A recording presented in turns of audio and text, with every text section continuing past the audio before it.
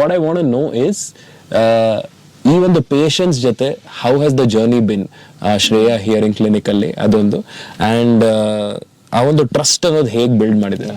ನಾವು ಸ್ಟಾರ್ಟಿಂಗ್ ಇಂದಾನೇ ನಮ್ಮ tag line we believe in sound relationships ಅಂತಾನೆ ನಾವು ಶುರು ಮಾಡಿದ್ದು.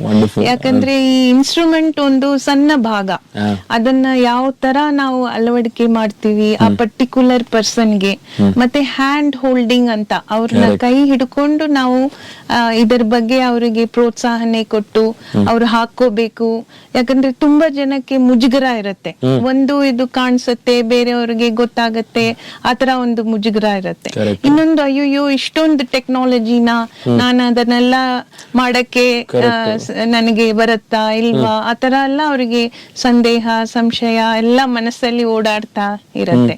ಸೊ ಮೊದಲು ಅವರಿಗೆ ಆ ಮನೋ ಇದು ಇದೆಯಲ್ಲ ಅದಕ್ಕೆ ಸರಿ ಮಾಡಿ ನಾವು ಅವ್ರನ್ನ ಫಸ್ಟ್ ಆಫ್ ಆಲ್ ಆಕ್ಸೆಪ್ಟ್ ಮಾಡೋದು ಅದು ಭಾರಿ ಮುಖ್ಯ. 100%. ಅದಲ್ದಲೆ ನೋಡಿ ಇವರೆಲ್ಲ ಸ್ವಲ್ಪ ಓಲ್ಡರ್ ಏಜ್ ಗ್ರೂಪ್, ಅಂದ್ರೆ 60, 70, 80 ಇಯರ್ಸ್ ಇರುವಂತವ್ರು. ಸೊ ನಮ್ ತಂದೆ ತಾಯಿ ಇದ್ದ ಹಾಗೇನೆ ನಾವು ಯಾವಾಗ್ಲೂ ಅವ್ರನ್ನ ನೋಡ್ತಾ ಇದ್ವಿ, ಯಾವಾಗ್ಲೂ ನೋಡ್ತೀವಿ ಕೂಡ. ಸೊ ಅವಾಗ ಏನಾಗತ್ತೆ, ಸ್ವಲ್ಪ ದಿನ ಆದ್ಮೇಲೆ ಏನೋ ಒಂದು ಸಂಶಯಗಳು ಅವ್ರಿಗೆ ಬಂದೇ ಬರುತ್ತೆ.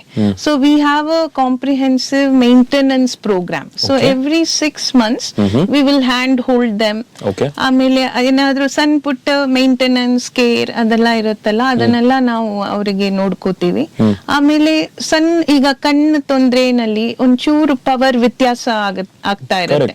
ಸೊ ಅದೇ ತರ ಕಿವಿನಲ್ಲೂ ನಾವು ಎವ್ರಿ 1 year ಅವ್ರಿಗೆ ಏನಾದ್ರೂ ಹೆಚ್ಚು ಕಡಿಮೆ ಆದ್ರೆ ಅದನ್ನ ರೀಟ್ಯೂನಿಂಗ್ ಅಥವಾ ರೀಪ್ರೋಗ್ರಾಮಿಂಗ್ ಮಾಡಿ ಅವ್ರಿಗೆ ಇನ್ನೂ ಅವ್ರು ಬೇರೆ ಬೇರೆ ಸಿಚುವೇಶನ್ಸ್ ಅಲ್ಲಿ ಯೂಸ್ ಮಾಡೋ ತರ ನಾವು ಅವರಿಗೆ ಯಾವಾಗ್ಲೂ ಹ್ಯಾಂಡ್ ಹೋಲ್ಡ್ ಮಾಡ್ತೀವಿ. ಸೊ ಅದನ್ನ ರೀಟ್ಯೂನಿಂಗ್ ಅಂತ ಕರೀತೀರಾ ಅಥವಾ ರೀಪ್ರೋಗ್ರಾಮಿಂಗ್ ಅಂತ ಕರೀತೀರಾ? That's the whole process.